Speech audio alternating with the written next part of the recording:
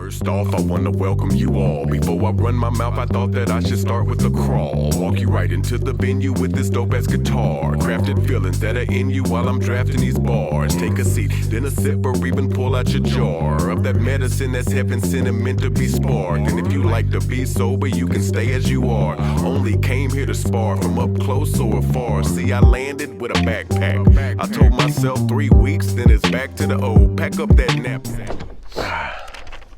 You recording? I am recording. Let's see, 3, 2, 1. Welcome to episode 2 of Next on Deck.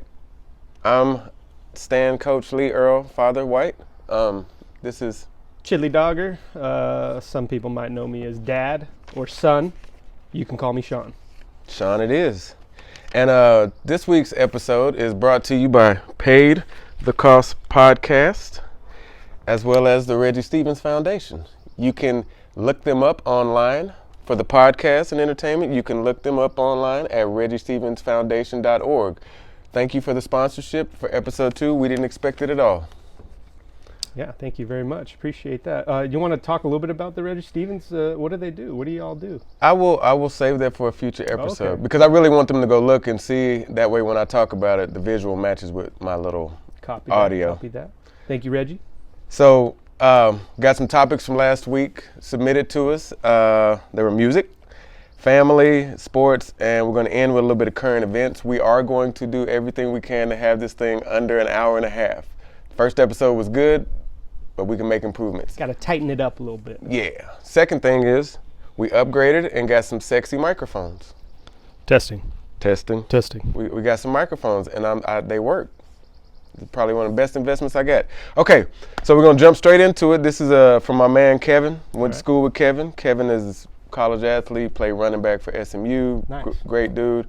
One of my black influences when I moved to Norman High. Okay. He took me in. He's like, "Come here, little mixed kid. Let me show you another way of life that's in Norman." But he's helped me with my music. He's owns 3D printing designs, so I used to get the hoodies and the shirts from. Right on. So his question is about rappers, and the question he has, one of them is, why are rappers invalidated if they do not or cannot write their own lyrics? You know, I think being able to be a linguist, right, a rapper, play with words, you have to be able to have that skill in order, like, when you think about rap, right, you got to be able to have, like, a good style, right? You got to be able to, write. And there's other things, but I feel like they all have their place in it. In order to be considered a rap, you got to have a little bit of everything. Let me ask this, though. Yeah.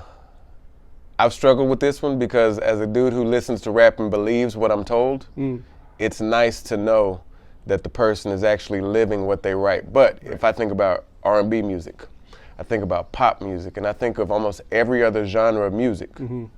Most people don't write their own lyrics. They're just good performers. Right. So I've kind of, to answer the question, I'm almost saying to be a rapper, no, you don't. Because to me, being a rapper is entertainment. Right. You've got the whole package, which is you can recite these lyrics, you're entertaining, you can perform.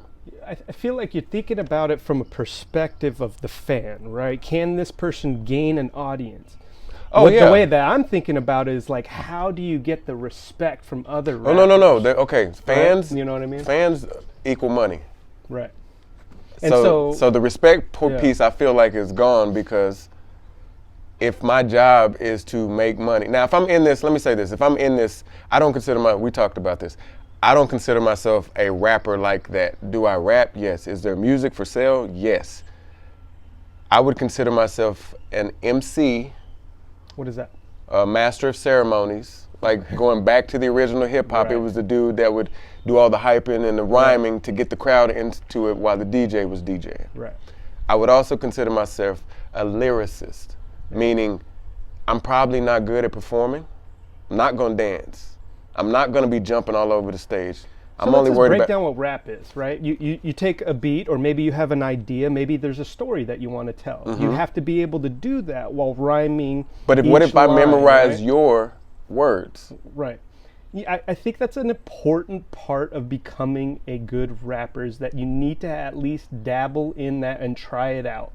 I don't mind that people are like, oh, you know, I can perform this song that you wrote better probably than you can Right. because my voice sounds a certain way, or I'm able to, you know, put that Or that, the label wants to put money behind you or that because right, we yeah. can make more money off of Sean than you can Stan. Excuse me. So Stan, you're great. You're great. Why don't you write that for Sean? Mm-hmm. And then, and what made me think about, I started thinking about acting. All right. Most actors, it's very rare that you write, produce, and act. Mm-hmm.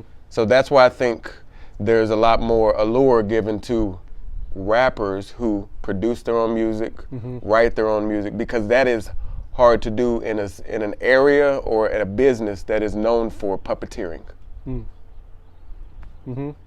Like, Yeah. you know, Prince has 5 Had. pseudonames Right. for songwriters. Oh, okay. Like, he's got, I think one of them is Alexander Nevermind. Another one, like, he's just got different names because he was like, okay, I know y'all don't want me saying something, so if so this some is random artist, Sinead O'Connor, nothing right? compares to you. Oh, okay. Had Prince write that, but Prince Or no, doesn't want he any sold accolades. it. So, oh, okay. No, got you. no, you get no accolades, but you get writing credit. Right. Back to the money piece. Yeah. Like, okay, if you're going to put them up on a pedestal, here, let me write. And I had a friend, shout out to Keem Beats. He got me, I did a little ghostwriting, tried to sell it to, I think he was working for Warner Brothers at the time. During that time, I also did some spoofs. Remember Showbiz on K-Don? He'll do like parody raps. Right. You did a couple of those? I did a couple with Nice. an interview with Palin instead of I'm going back to Cali. I mimicked LL Cool J's going back to Cali. And I did an interview with Palin. Like, so, and I did it and got like $100 for each submission I did. Oh, sick. But at a certain point, I was like, man, it's cool, but I'm not big on putting out. I have an alter ego for that, if you will. There's Leo, and then there's the dude who's writing to get some money and some other things like that. So would you think that, I would say my answer to Kevin is, I think if you're in it to gain respect, you need to write your own music. And repeat the question again? Why are rappers invalidated if they do not or cannot write their own lyrics? I would say they're not validated because there's a portion in becoming a rapper that they're just not focusing on. In order to be a well-rounded rapper, I think you have to be able to write your own lyrics. Now, I think you could be also a successful rapper without doing that. But in terms of gaining the respect of, you know, your colleagues, your comrades, or, you know, your competition, you're going to need to be able to show people that you can write some bars with no beat, you know, and that's hard. It is. So that's and being able to tell like a good story too, and have it, you know, if you want to go back to hip hop, like, what does this story mean? Yeah, okay, you got a nice car, you got this. Okay, what? What does that mean? What are you trying to say? That's a perfect segue. So the next question he asks is, why are rappers castigated? And we looked that word up. Thank you, Kevin, for Reprimanded. Yeah, reprimanded. Why are rappers Thank you, Siri. reprimanded if they do not live the life they portray? So let's say you do write your own lyrics, but now you're lying. But now, you know, I'm riding in a, you know, what, Lexus, Jaguar, nice car, etc. Nice. I don't necessarily have that. Can I still be considered, what, good? Well, should he be reprimanded, I think is the question. You know, it's funny, like, I don't rap.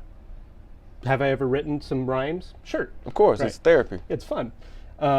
When I was in high school, I start, you know, my buddy, hey, come over, we're gonna, you know, throw in some instrumentals. Well, you know, oh, cool, that sounds Yep. good. You know, and then go do that, and I rapped, and I, you know, I was rapping about rolling in a Jaguar. You know, it's just one of those words that rhyme. You were repeating what you heard that was popular. And then he goes, oh, you're one of those types of rappers. And I'm like, what do you mean? And he's like, oh, you don't live that life, but, you know, you don't. And I was like, oh. You never thought about Yeah, it? there's rappers that like don't live that life. Yeah. So that was a big eye opener. Then I realized, I was like, do I kind of want to do that? I was like, not really. You know, now that, you know, someone that I respected said that, I was like, okay, you know, I dig that more than the like just being able to rhyme words, you know. And so why are they reprimanded? Or should they be? Should they be? That's what I'm going to change the question. I Not think why, it depends, right? If that person's starting to gain accolades and respect and, you know, momentum, kind of. right? They should be reprimanded a little bit, like, hey, bro. But what if I you say know so-and-so's lying, right? What if I say what if I say it's entertainment? I know it's lies, but it's entertainment. It's catchy and it sells. You know, just make sure. I would say that just make sure that people could figure that out. That you are just kind of just telling random stories, not necessarily telling a biography about what you've been through. Right. Right. You know, like there should be a way to find out what you're really like. Mm-hmm. You know what I mean? So if like you're portraying yourself as that and it's not the truth, that's fine if you don't want to say that in your raps, right? But like have an interview where you're like, you know, like I'm approaching this from a business standpoint. I'm trying to figure out what's going to be able to sell, and you know, I've noticed that I have a niche in this, so hey, you know, I got to make some money. You know the good example of that for me? Yeah. Rick Ross. Okay. I think it was Freeway Ricky Ross. That was one of his monikers until the real Freeway Ricky Ross from the Iran-Contra 80s, that whole thing. The crack epidemic in the Yes. 80s, yeah. So he actually put a lawsuit against him, and if I'm incorrect, let me know. He had to stop using that name, and he went to Ricky Rose. Now, he was a corrections officer. Right. His first song, Every Day I'm Hustling, it said, I know Noriega, the real Noriega. He owes me 100 favors. Right. Okay, now I listened to lyrics and I was like, yeah, okay, but maybe I don't know you enough to know that maybe you're connected via your family. And come to find out, when he's a corrections officer, it took a little bit away from it, but that man can write his ass off. Like if you ever listen, he's great at painting pictures, he's great, but it's tainted to me because I'm like, yeah, but I don't believe it. But damn, it sounds good. Right. It's like fiction. It's great fiction though. Here's what I would say about that. You get to a point where your audience is so young and maybe impressionable where they think that you're telling the truth, right? They think that this is, like I said, there needs to be a way for people to find out that you're either a liar or you do live that lifestyle, you know? And because the kids are so young and they look up to these big timers, you know, I just want to make sure that those kids have a chance to realize like they're watching an act. A production, and you know, a well thought out production, don't get me wrong. On a television, right? Music production, everything is being produced for that audience. So you're just saying after it's being produced, they should not know. I mean, they should know that. Would you say that there was a time in hip hop or time in the maybe 90s and early 2000s where there was a switch in where like it became more okay to like think about this persona that you want to portray and, you know, make it seem like that, almost like, you know, I feel like when you look back at the late 80s, early 90s, we'll take Tupac, I feel like they lived that actual lifestyle of what they kind of portrayed. Even before that though, the Big Daddy Kanes, the NWAs, the this and that, Very good. Those people, in my opinion, were representative of what they did. Maybe not what their entire neighborhood did, but Big Daddy Kane he was tough, but he also danced. There was Cool G Rap, who was more hardcore and wasn't gonna dance and nothing. Then there was Heavy D, the party dude. Like or even like MC Hammer, who was cool with the dancing part and the like pop part, but also had like a lot of respect. No, he's from the a rappers. lot of respect, a lot. So I think back then, it was genuine. But I think once someone said, no, we've done analytics and found that this sells more. So you think that was behind And if you're a businessman, right, why would you not change your business model to be successful? Yeah. That's a, you know, so it's now, an interesting topic. Yeah. So now that goes to Kevin's next question, and I kind of put them in order so they would flow. Can you be successful without selling out? Well, I think everybody has an opinion on the word successful. Agreed. So what does everybody deems being a successful rapper, musician is? Is it money? Right? Is it notoriety from other musicians? Fame or respect amongst your colleagues? Right. Or, you know, selling out the catalyst, selling out, you know, little the fame and the fame and glory, I guess, that comes with, because you can be famous and be broke as hell, have no money, but keep touring and keep doing all this stuff and having that. Yeah, I feel bad for TLC, but I mean, it's business. I can't get mad at it. I feel bad for him. That's what it was. I do too. And you know, like, I do think that you can be successful. Let's say money's that. Notoriety from your colleagues, that, right? There are people that aren't a part of these big labels, right? Royce that the can 5'9", to me. Can Roy- make money, yeah. And I sent them to you, Run the Jewels. Right? I think so. Right? But it depends on what everybody's opinion is. Like you said, you could be very, very famous or you know, in the limelight and still be broke, right? And a lot of people think money making is the form of success. Can you make a lot of money and still not be considered a sellout? I would say it's rare, but it is possible.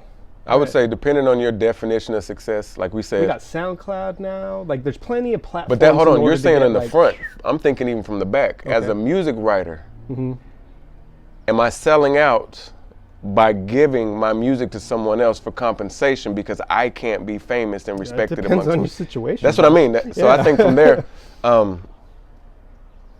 yeah, I would have to say that yes, you can be successful without selling out, because if you're only, take me for instance, there's no reason I should be playing basketball at 44, 45 against young kids, but I'm going to, because that's who shows up. My era and my generation of people, injuries, age, and we're out of it. But while I'm there, I'm going to compete and try to kick your ass, or you need to kick my ass. There's no in between. We're not hanging out. We're not saying, hey, oh, good shot, now it's my turn to shoot. I'm being old. That is what I see, but at the same time, I know how I was raised, and I wasn't raised to trade punches as a boxer. I was raised to inflict as much damage as I can and avoid as much damage. These things now, I think what they do is say every rapper gets along. And they do, because it's a good business model for crossing audiences and increasing wealth and revenue. And if that's what they're in it for. So it seems like that. Yeah, if that's is what the you're most in it important- for. Yeah. And you know, Like Jackass, who's rich from Jackass? maybe just Knoxville. Say it again. Maybe just him. Okay, the dude who went behind the scenes, signed most of the things, and juiced his homies up to do all the dumb shit for attention. I have no idea about that, but I would assume that that would be about, you know, who got, yeah. But I don't know, their family lived in nice houses, but anyway. Yeah. How'd you tie this back to music, though? You started talking about sports.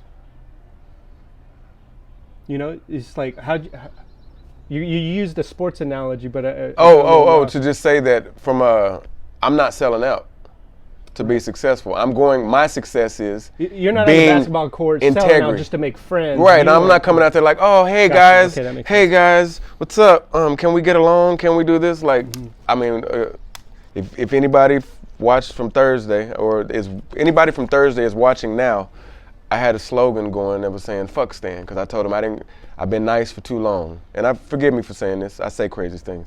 I told him Malcolm is gone. I mean, Martin is gone. You got Malcolm here today. And Malcolm ain't here to play no shit. I'm finna win every fucking game. I'm finna do this. I'm finna do that. And between you and I, we'll tie this in later with sports, I can't play nice and win. Yeah. Some people can. Some people have the mental focus to be able to just joke and continue. I need to hate you. There's a certain amount of people where that bell rings, you step on the other side of those lines and you become a killer. And okay, now, from a microphone standpoint, if you step across, if your job is to be a killer and you're killing them, that's why I bring up Royce and Run the Jewels. They're garnering fame, but they didn't come into it in the machine portion of it first. They actually went the opposite way. I'm gonna try to buck this fucker as long as I can, Tech 9. Then make them allow me a space because they can make a little bit of money off me. So I would say, yes, you can be successful without selling out. Depends on the person, though, you know. And one of the last two questions is female rap basically stripper music? And I'm gonna say no, but I will say, is popular female rap basically stripper music? Yes. And the only reason I say that is It's because like a Cardi B question. This seems like a Cardi question. B, Wasn't Meg she Thee a stripper? Stallion. I mean, yeah, she was a stripper, but Nicki Minaj wasn't a stripper, but she looked like one. There's an artist that I love called Rhapsody. I feel like Minaj has some bars though, right? She did until she found out, oh, how much does the pop world pay? Right. Pitbull. How much does Pop pay? Because you know Pitbull used to be a rapper.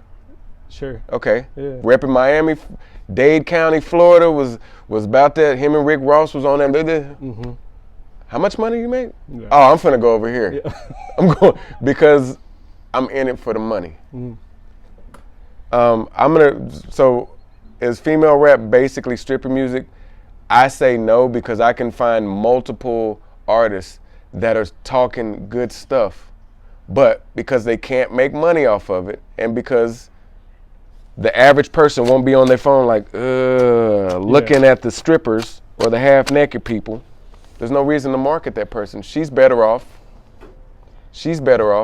selling a song where they're talking about something to this stripper, so people are like, oh my God, she's deeper than I thought she was. Right. And they're like, yeah, okay, hey, make me another one. That one did good. Like, it's a business. Yeah. And as much as I hate to say it, Is hip hop dead? I don't think hip hop is dead because it's evolving. Actually, no, it's not. I'm watching Warrior on HBO Max, and at the end of every episode is a dude rapping in Cantonese and English over a hip hop beat, and it's tight. Nice. There's somebody in London, the drill scene in Chicago, is the grime scene in UK, is this in their, is this, like no, and this is off subject but on subject.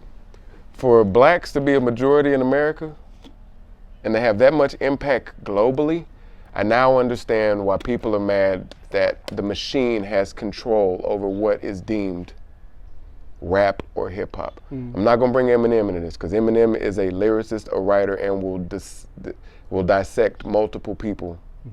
But do they want an Eminem to promote? Sure, it pans towards the majority. Right. And if I got majority of the people interested, I'm gonna get more money. But they can't discount the fact that if you took it from them, or if it's theirs, and you're trying to rebrand it, or you're trying to, what's the word, gentrify. If you're trying to gentrify it, don't do that. Right. Call it what it is. Seems like there's a lot of decision making based on making money. So we'll take, let's say, Back to America. Up and coming rapper wants to, let's say, quote unquote, sells out, becomes successful. There comes to a point where you have enough money where you don't need to worry about money anymore. Hopefully, let's say. Okay, you're one of those people that do manage your money correctly. Right. And you get to this point and you're like, okay, but now what? The drive all of a sudden to be, But what if your focus is money?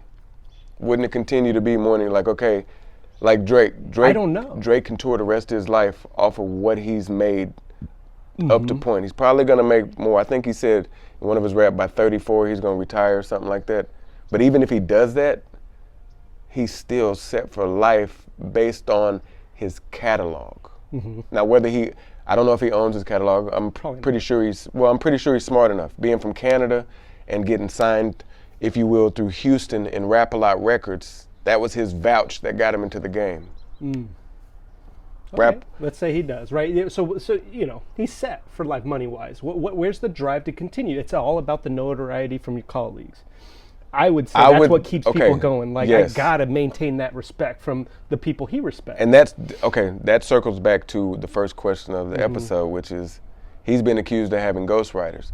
And if not ghostwriters, he hears a song and hears the cadence of a flow and then plugs his lyrics into that cadence because it was hot, hasn't been seen yet.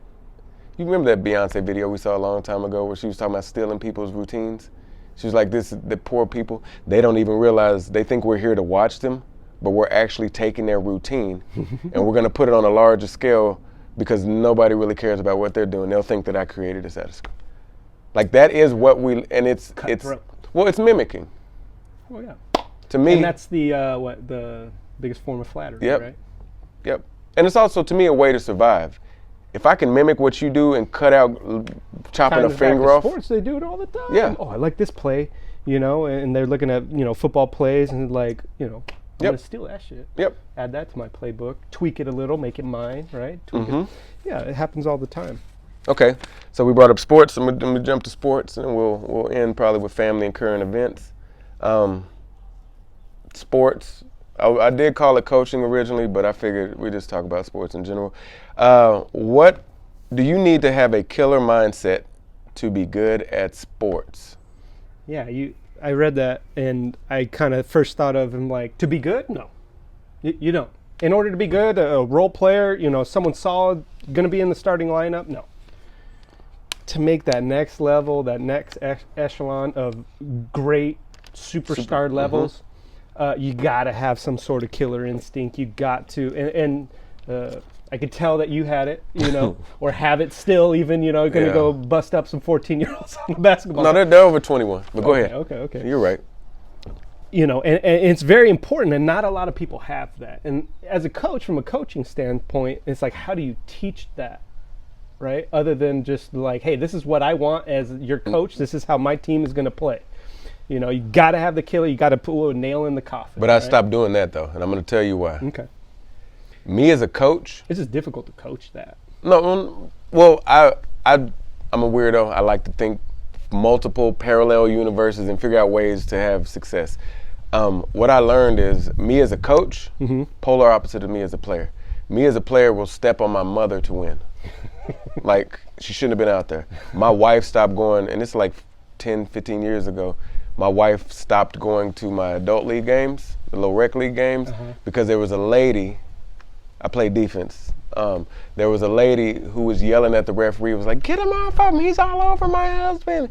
And it was getting annoying, but it was funny because we were up 30 and I'm still full court pressing and making, because he was supposed to be the man on their team, and that's my challenge. Yeah.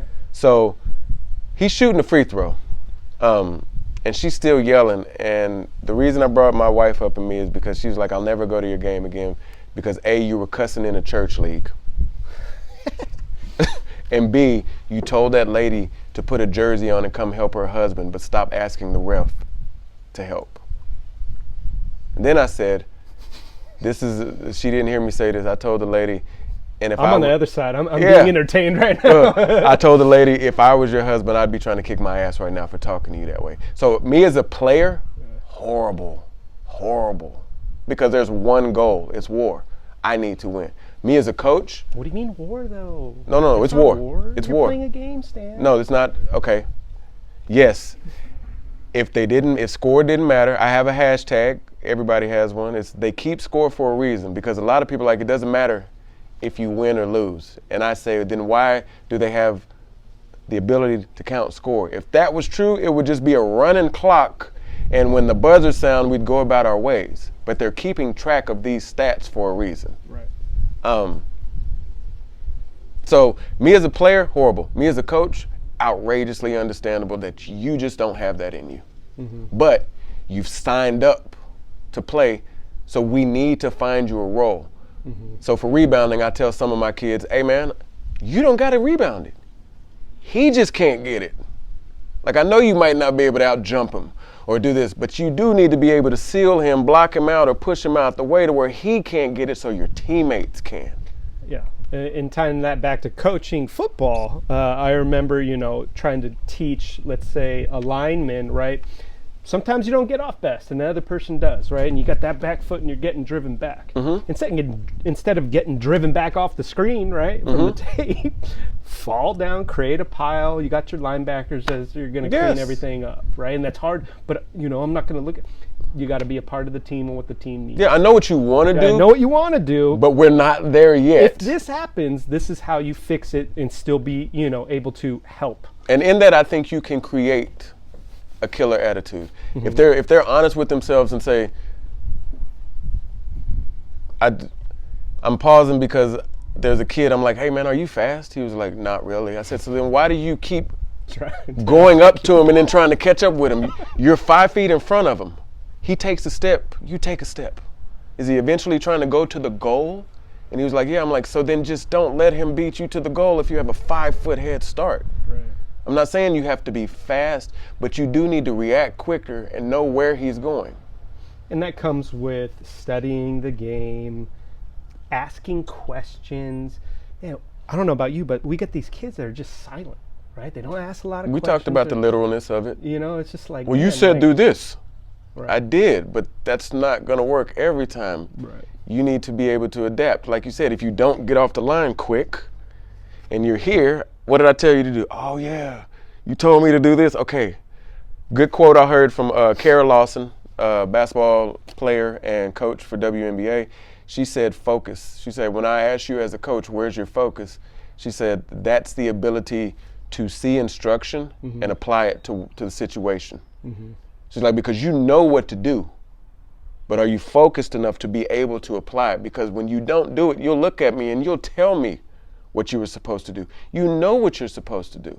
And my favorite is this, my bad. We know. Like, we know it's your bad. We don't like just say, I'll fix it. Exactly. That's it. I don't want to. I'm sorry. No, I don't no, want this. I had a coach tell me, we know you're sorry. Now be better. And I was like, oh, like I know I'm not going to do that to my kids. Yeah. But I will say, who else fault? Did they call the foul on you? Yeah. Okay, well, we know it's your bad then. Like, can we stop doing it? And my favorite is this, and we get 5 fouls. Yeah. So don't be so downtrodden when you get 1 foul. Have that killer mentality and say, okay, I got 1. I got 4 more. I got to pick my spot. Like, be focused I wish I would have played formal basketball. It would have been fun. I just was a, pickup game type guy. I remember playing with you and Michael and somebody else Yeah. at Meter. I mean, but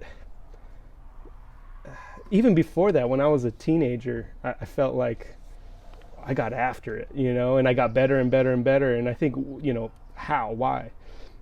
I didn't want to be no scrub. Okay, You that's know what I there mean? you I didn't go. want to be no scrub with people like picking teams and they're like, I ain't picking that dude. Yeah. Right? It was random people. It was just quick pickup games. I didn't want to be that dude. And so I would be like, okay, what do I do well? Okay, I hustle. Oh, I play defense. Okay. And then I focus on those, and lo and behold, my offense got better. And lo and behold, my playing time, lo and behold, like we stayed on that court longer and longer each game.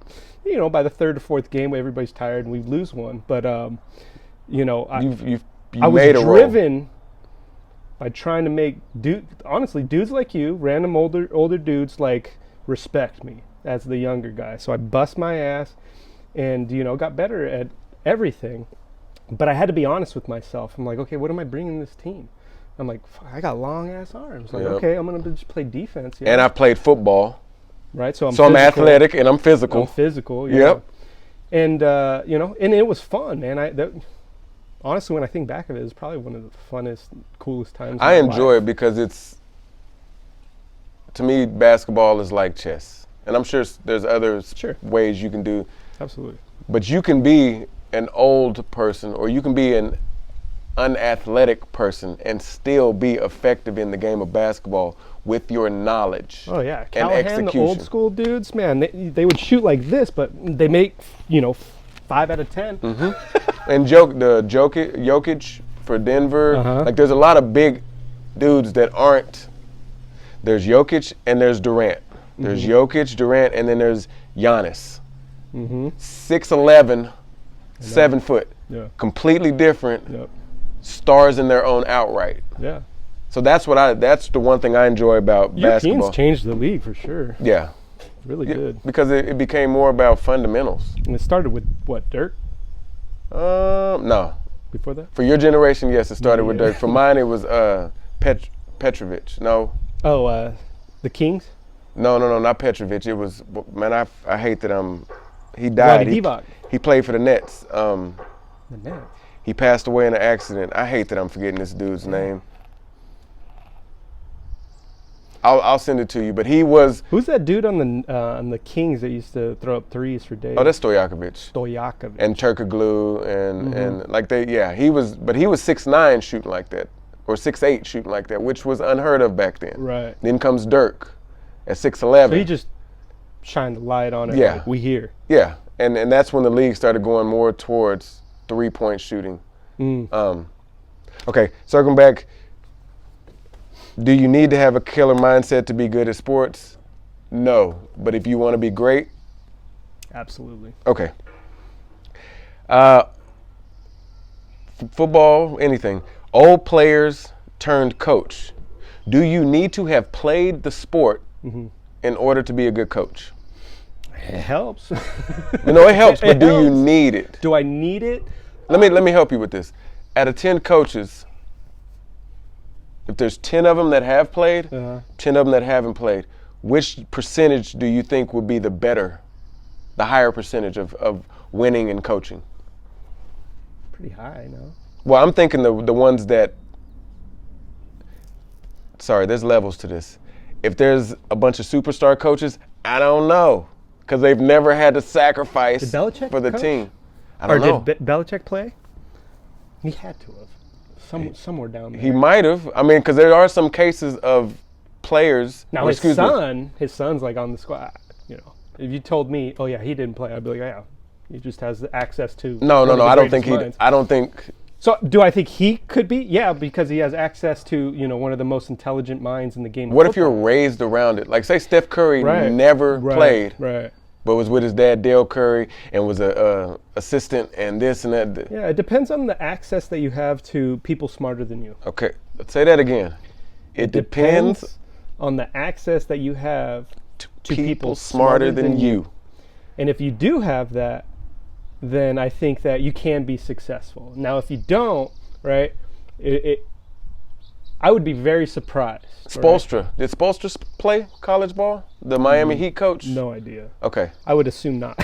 Well, I would assume he did it like, if I played at a JUCO and an NAIA school, I'm assuming he might have played at Cabrillo Right. and some other, like Sure. another version of that, and then just became an assistant and worked his way up through the ranks. Yeah.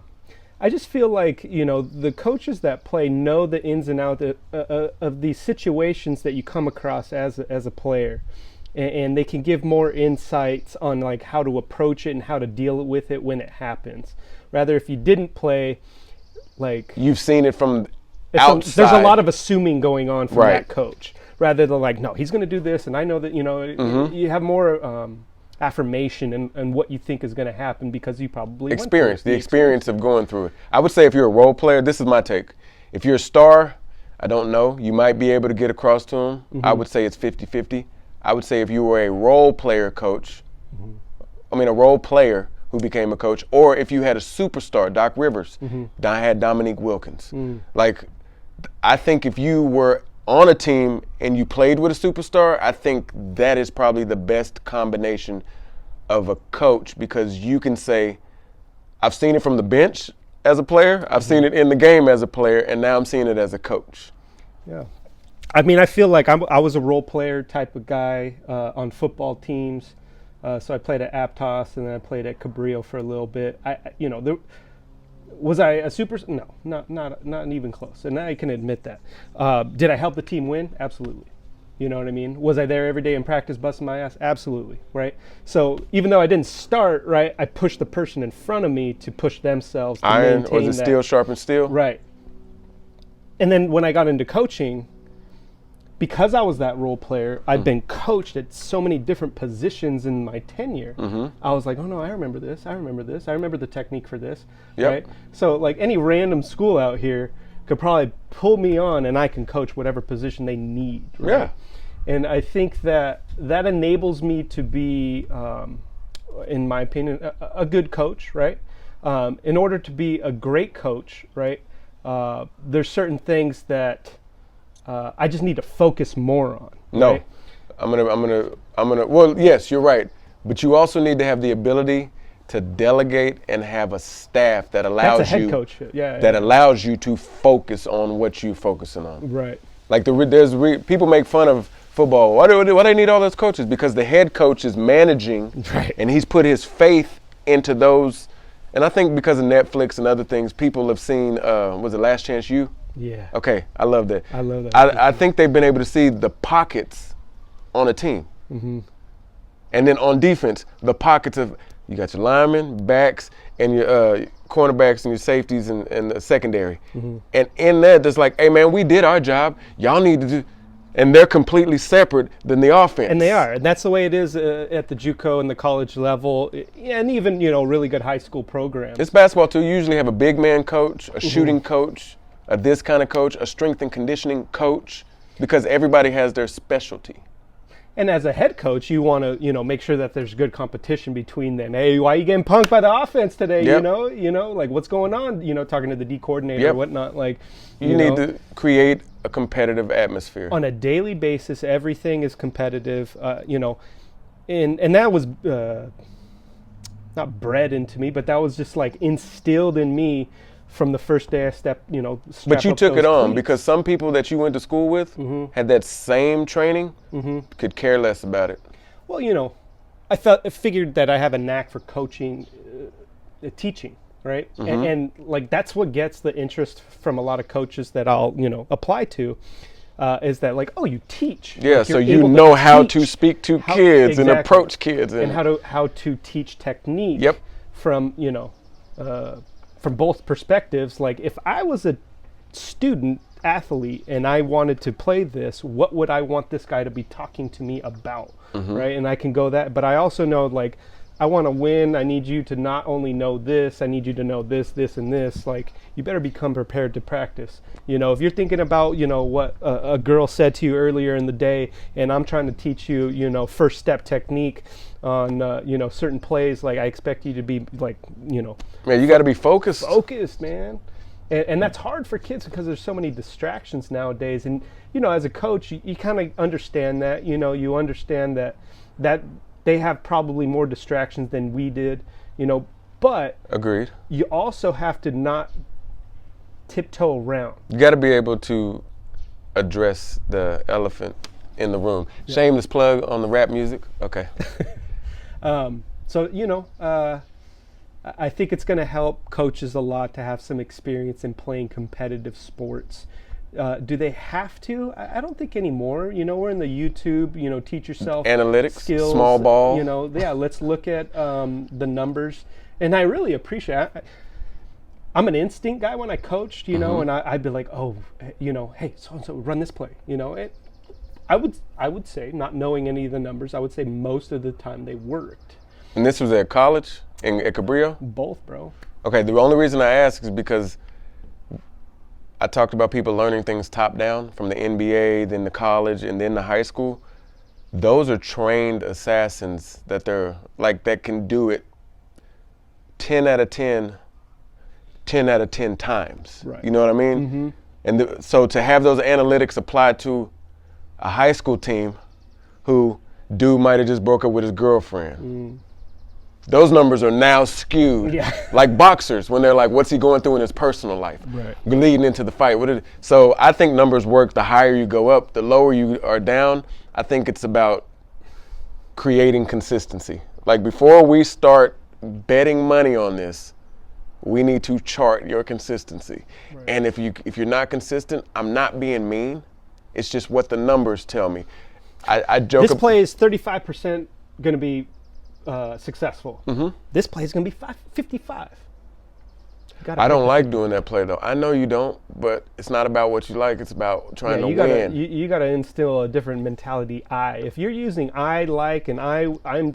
You've heard that slogan, right? You know where there is an I in the team? It's in the A-hole. Yeah.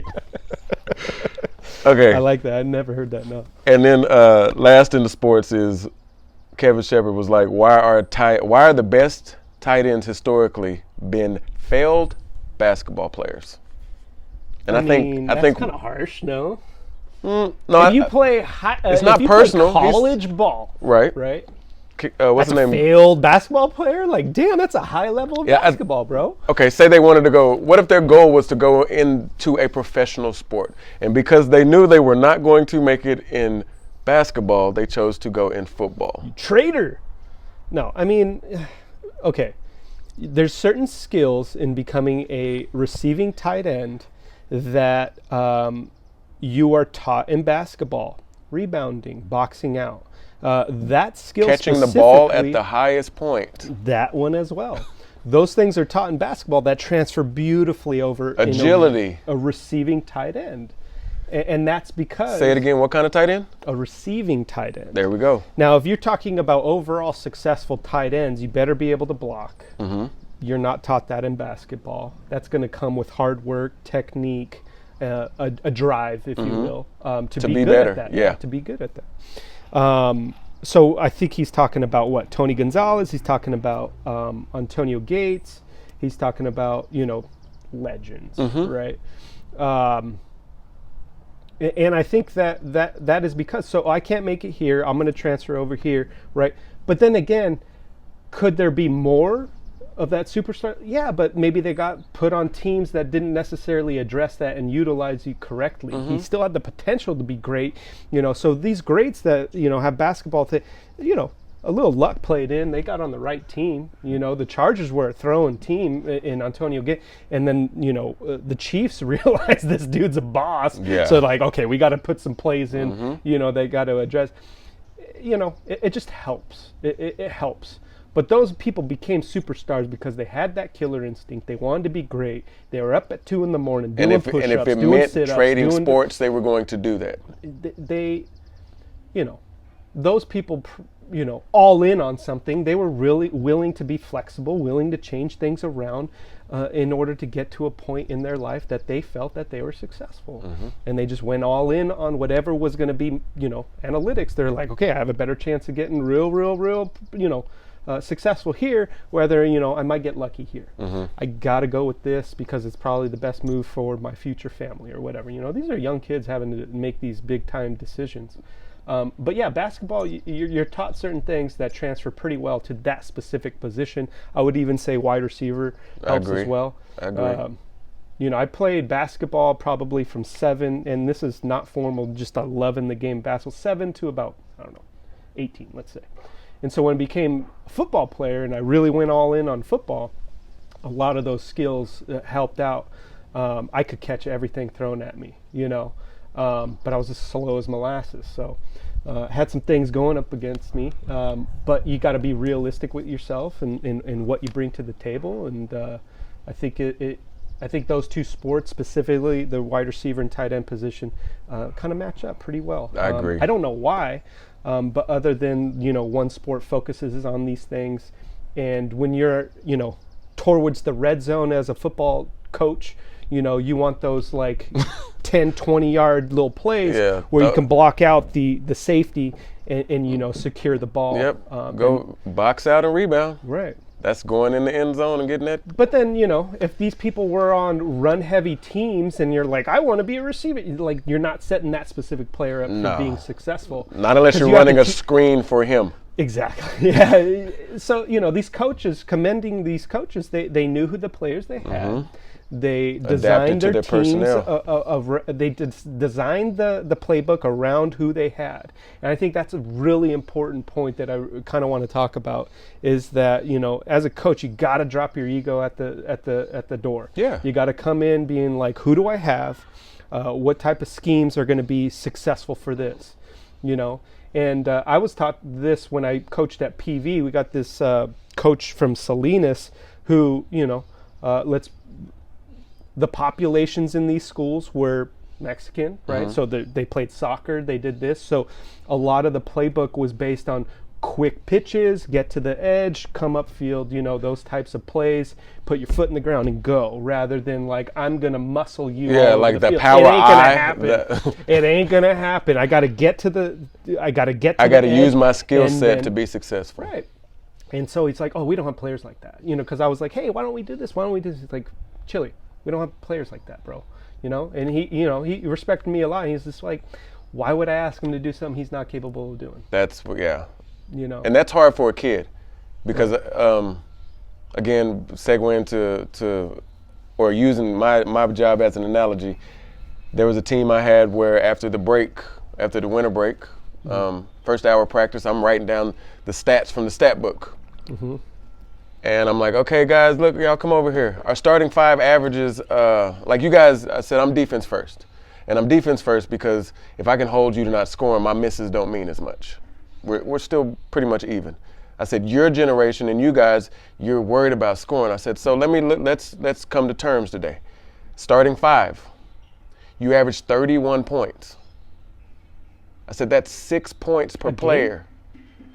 A game, not a half. Okay. So my starting 5 averaged 31 points.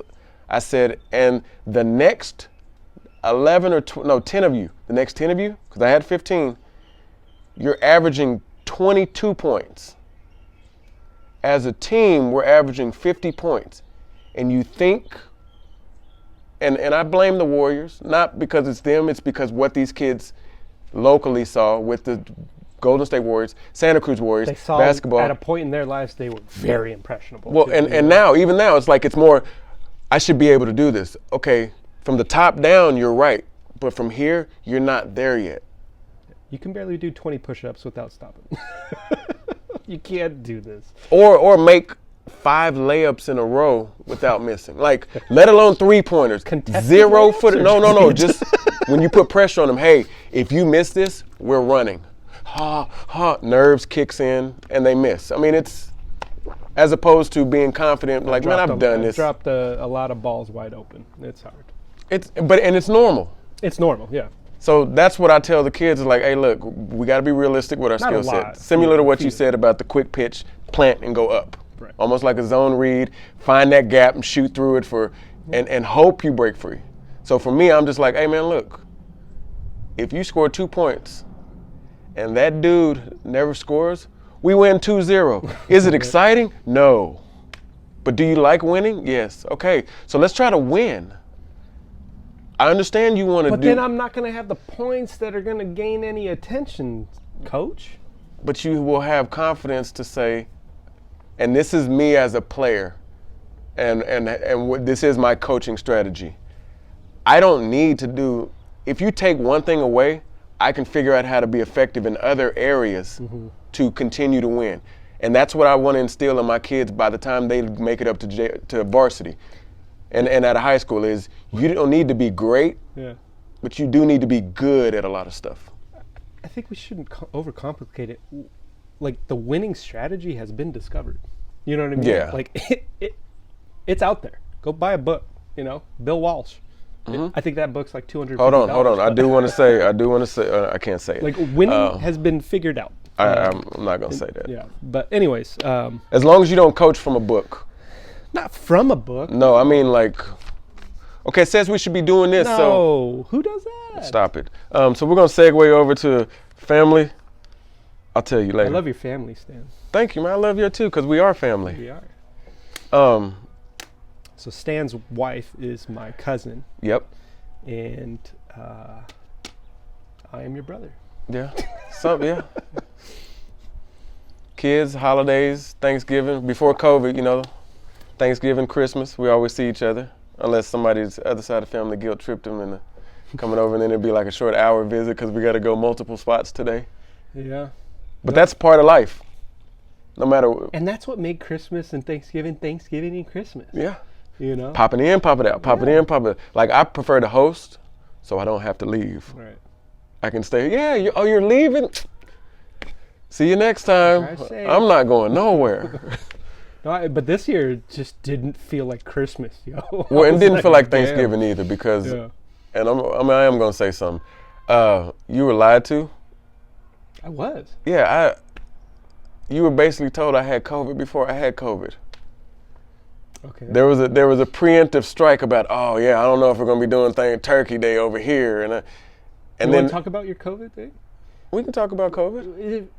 What does it feel like? Did it feel different? Like, oh my God, this is something different. I didn't have my family You had were the asymptomatic? not asymptomatic, but my family had the flu, and then they passed it around to it. They didn't have. Sophia got the COVID test. She was the first one. Misty You had got like the actual flu? yeah, she had a flu, and I then thought Misty COVID had cured that. no, stop it. And then Misty had a congestion, so she had to get some antibiotics to clear up the congestion, and then Trey got flu. So when I got sick, I thought it was from them passing it around for 2 weeks. Right. So there was a day when I was like,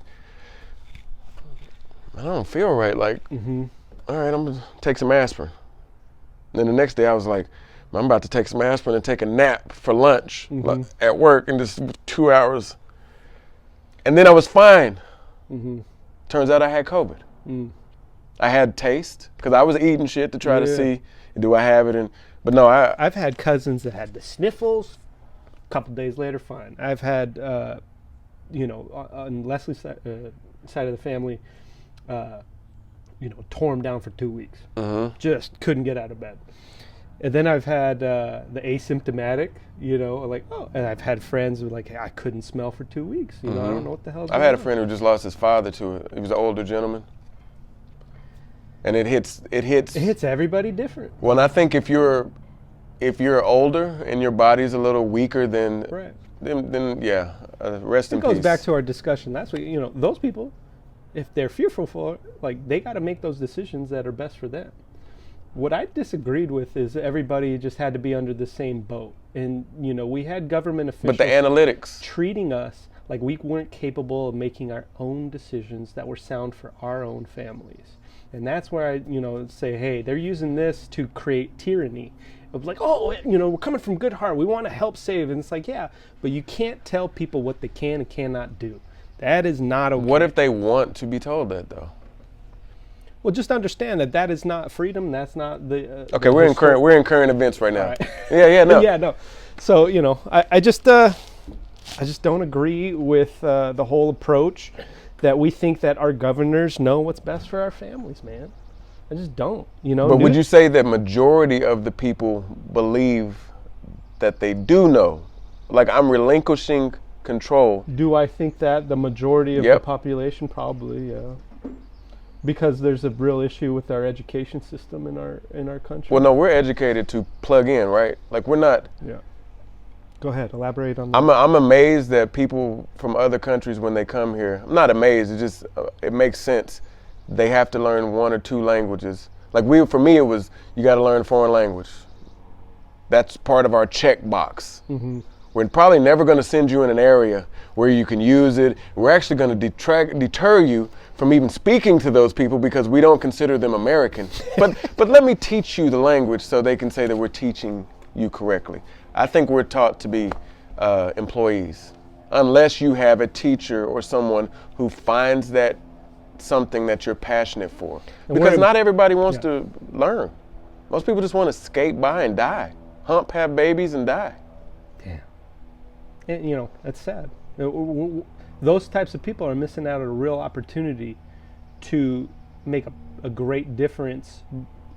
Not necessarily, let's say, you know, they get unlucky, not necessarily for themselves, but they're leaving a path that the younger generation can be like, oh, you know, I see this little trail here. Let's go see what, you know, and it's like, oh, there's success. And it's You know? getting wider and wider, so it looks like Yeah. it's more. Yeah. You know, and so, you know, those people that just want to hump and get by and die, you know, I feel like, you know, it's a little corny, but everybody has a real destiny, and it's real hard for some people to really, like, listen. Pay attention to the signs. These signs aren't, you know, lightning strikes. These signs are opportunities that come about where if you're not paying attention, you're going to miss out on a lot of opportunities. And everybody, I feel, gets these opportunities to be successful. You got to know when they come. You got to be like, oh my God, this is a great opportunity. And be realistic about it. Like, it may not be the star position you want, but it's a foot in the door to prove if you're driven Yeah. to get to what you want, if you want it. Because a lot of people, I think, are like, I'm good, I'll do it later. And before they know it, later is way too And long. it's gone, yeah. And then these opportunities vanish. And that's hard if you don't have, we can tie this back to family now, good father figures in your house, a good mother figure in these house. It's hard for some of these people to be taught when these opportunities are To shoved be able down to their recognize them. to be able to recognize them. You know, it's very important that you have sound parents, right? Parents that have a clear level thinking head on their shoulders and can actually teach them. I think a lot of the times nowadays, and I'm guilty of this, we go home, we're stressed out, we got to do this, this, and that, and we're missing opportunities to really teach our children, you know, that there are going to be opportunities. How do we approach them when they come about? How do we recognize them when they come about? And then once we realize I want to take advantage of this opportunity, where do we go from here? You know, and it takes a lot of, like, And the focus repeat from of that. parents. The repeat of, like, okay, so it didn't work out. It's coming up again. Yeah, What are it'll we be going here. to do? Like, yeah, that is one ready. of the, I struggled with my older daughter because I wanted to be I needed to be stern in her life. That she was cool as shit, but Still is. Yeah, no, she's great. I like our relationship now. There was a time when and we laugh about it, but there was a time when she hated me, and I had to tell her, I'm not dating you. Like, Right. you're arguing with me like we live together and you pay rent. Like, what are you doing? Yeah. But now she just laughs about it because she was like, I was horrible. I'm like, it's almost like it's part of the combine. You got to go through it to figure out what you can and can't do. I'm And glad that she self-analyzes a little bit and realized like I wasn't as in the right as I thought I was. well, it took her to get out, see other people. Yeah. And that's And- what it happened. That you have to get out in order to see clearly sometimes. A lot of the times our bubbles get foggy Yeah. and we can't see clearly. I always tell kids, I'm like, draw a circle. I'm like, comfort zone. You got to get out And there. then I got way over here and I go, Yeah. where the magic happens. Yeah, you got to get out gotta that comfort zone, man. zone. Or stop complaining. Yeah. Because if you don't want that, always got stories, man. Had a coworker, this is like 10 years ago, older lady too. Facebook, 10 years ago. So Facebook was just getting popular and everybody was starting to jump on board with it. You don't have to be in college to go in there. Cool. And she said, and I quote, I wish I could be on Facebook all day. And I was like, oh, you're dry snitching. Like, I work in a cubicle land. You're dry snitching. And I said, oh, you want me to make you a Facebook page? And she was like, no. I said, oh, so you just want to tell on me out loud. Okay. And I went back to my business. And she got offended with me and told my boss on me. My boss is super cool. My boss was outrageously cool. He was like, Stan, you know not to mess with her. Like, they're just... I'm like, come on, Dave, she can't just be poking at me like that. And he was like, well, what happened? And I told him, he's like, that was pretty funny though, because she did just want to tell on you. And I'm like, I know, man. I said, but Was you it can't any of your- complain. Any of your work not getting done? No, that was the bad part. I'm on the phone talking to somebody that has nothing to do with work, replying on Facebook as I'm running reports Yeah. that's getting money back because that's part of my job. Yeah. So that's a situation where I'm like, hold on, you can't complain about something you don't want to take advantage of. Right. And maybe you can, I just need to adjust myself There's to more not listen to jealousy, that. Like, I wish I was capable of doing these things. She just always needed him. She's the coworker to where I said I learned the difference between assisting and helping. Because assisting is us doing somewhat, there's a shared percentage. Her help was, oh, let me know when you're done with it. And I'm like, hold on, so you're not gonna help? She's like, well, no, you're better at it than I am. I'm like, no, but you take the check, so I'm gonna need you to go ahead and do it. I'm gonna go back to, I was trying to help you out because you were Here's what I complaining. charge. Right. Should have been like that. I said, I was Here's trying to your bill, help you. ma'am. You were complaining. I got tired of hearing you complain. I was gonna help you until I realized that you're still complaining after I'm helping. You can do it then. So, That's a good way to burn a bridge, man. well, I'm sports. Yeah. Team play. Is he fouling you? All right, run him over here. Like, like that's the way I'm built. Only to find out that some people want the accolades and the success, but don't want to put out any effort. And I can respect you think that way. I can't help you though. Right. I'm not built to help you. I like that. I like that. I complain while I talk shit while I fix shit. I like that. Okay, family. Somebody asked me, and this is Canada. I won't say the person's name. Canada. Canada. What are our viewpoints on raising sons? And this is hard for us because we have two parents in the house, or We're a part we are a two-parent household. Yeah. Raising sons without fathers, and sons being raised without their father, daughters being raised without their mother. Yeah, that's why. And I think it goes back to what we were talking about in the support system. If you have a great support system, if you have some good uncles, some good aunts, a good mom, a good dad, or some great people like that, it probably makes it easier. But if you're solo, I would say it has to do with, are you masculine or feminine? Because if you're a mom who's masculine, you probably that's your area of expertise. I'm gonna teach you how to be a man, or I'm gonna teach you how to be tough in situations. Or if you're feminine, hey, I can teach you how to do this, but I'm not an expert in that. Question again? It's basically, I don't know that there was a question. It was just Okay, the just statement touch of, on this idea of sons being raised without their fathers and I mean, mothers. I feel like tie this back down when we were talking about music and that crack epidemic. And there's other instances in history, right? Native Americans being introduced to alcohol. Mm-hmm. There's been a war waged on the family in America. Yeah. Through drugs, Mm-hmm. alcohol, shitty entertainment, Music. right? And we're seeing like the end effects of the fathers being out of the household, single mothers running 2-3 jobs, basically these children's being raised themselves or through the TV, the television. And I think maybe the 90s, maybe early 2000s, we see the end result of this chaos. I would even say now, because a lot of people are, I'm going to put a case on you. I watched another dude. What does that mean? If you don't act right, I'm going to break up with you and put a child support case on you. Oh, shit. Like, Okay. I know how to make you act right. The 90s, the 70s, 80s, 90s, and 2000s proved to me from Jerry Springer and other situations that all I have to do is put you in the court system and I'm going to ruin your life, male or female. Right. And I think that's become a tool to try to Keep these families together? No, not I'm really, saying no. like if for me and you, say we had a partner that was like, you know what, I'm over it, and I don't want to work with you, and I don't want to do this, and I don't want to do that, and or vice versa. I want you to, and now you don't want to be a part of it. Damn, that's scary. Yeah, no, it is. That's scary. I believe the courts are used as if you're not going to act right, I'm going to hurt you and make it where you can't be a part of this kid's life if you can't do it my way, I don't want you to do it at all. Just give me your money.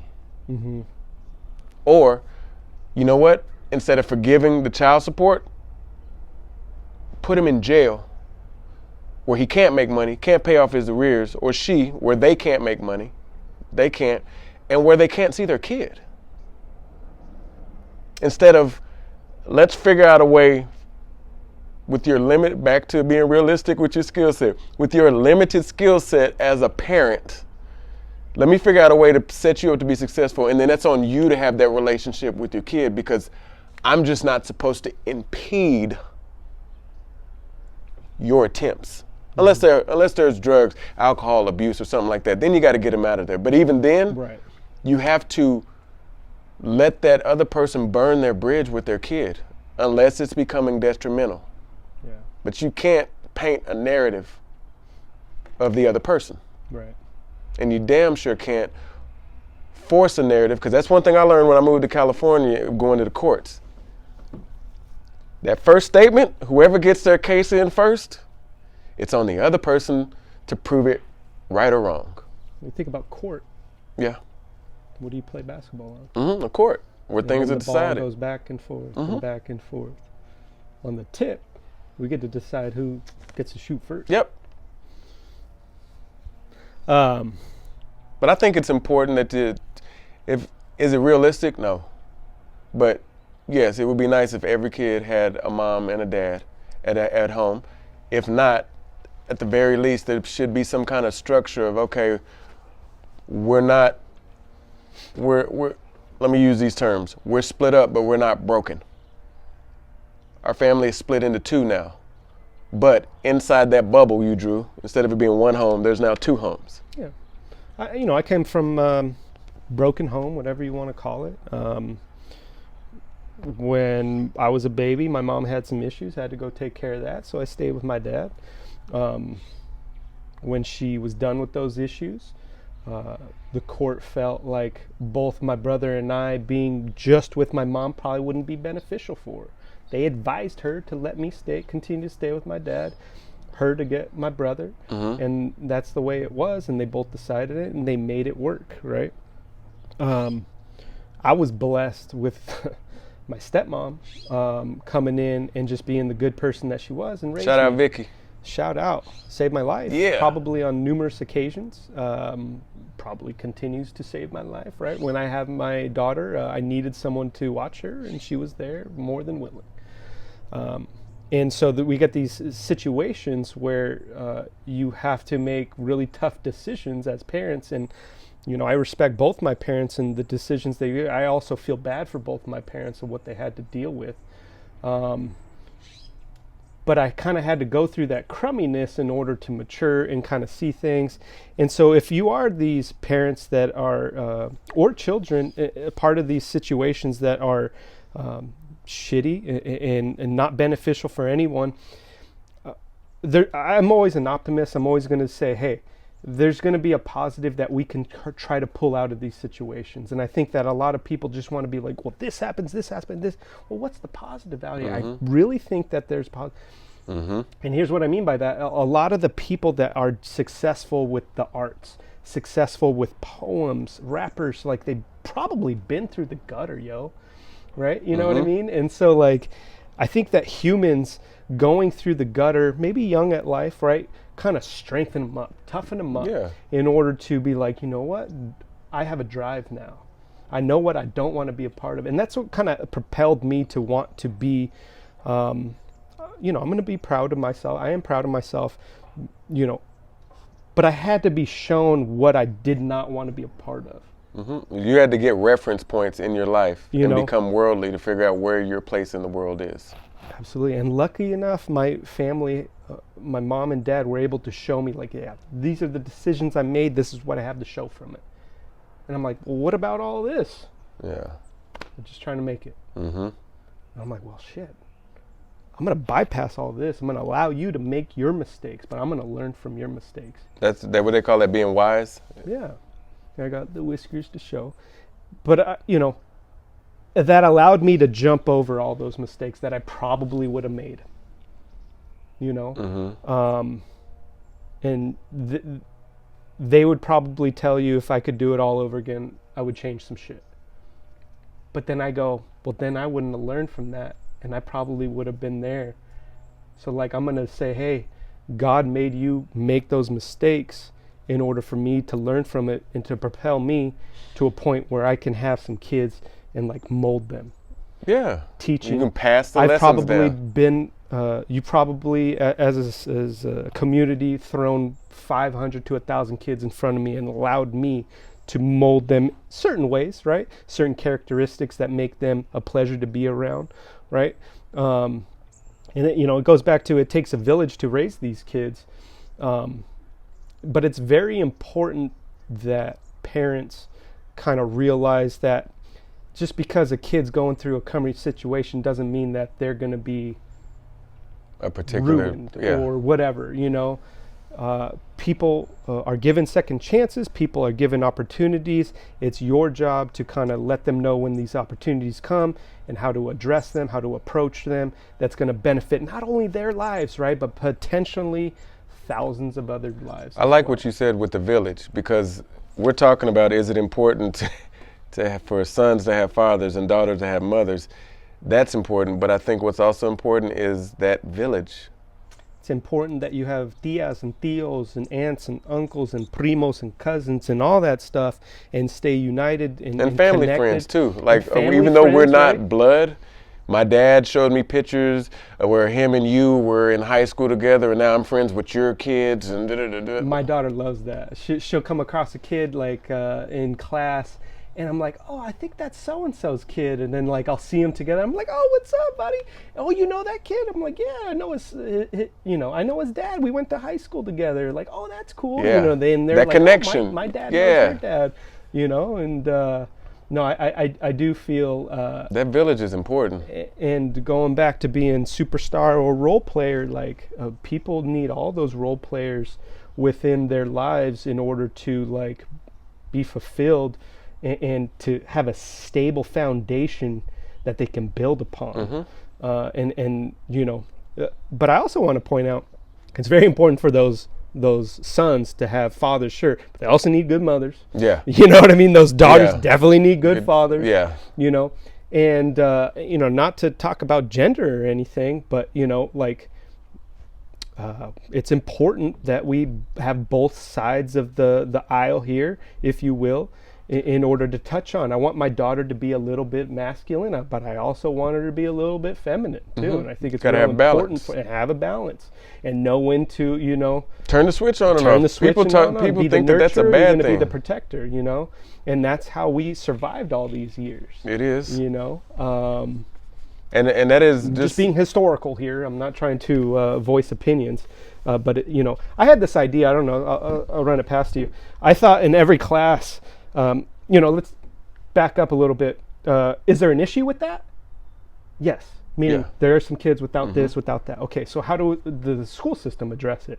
I felt like it was important in an elementary atmosphere, K through 5, to have a male and female as the teacher inside each classroom in America. What do you think about both. that? Because obviously it's not attainable. It was just this idea. Maybe like we could have a beta version, like a school that addresses this.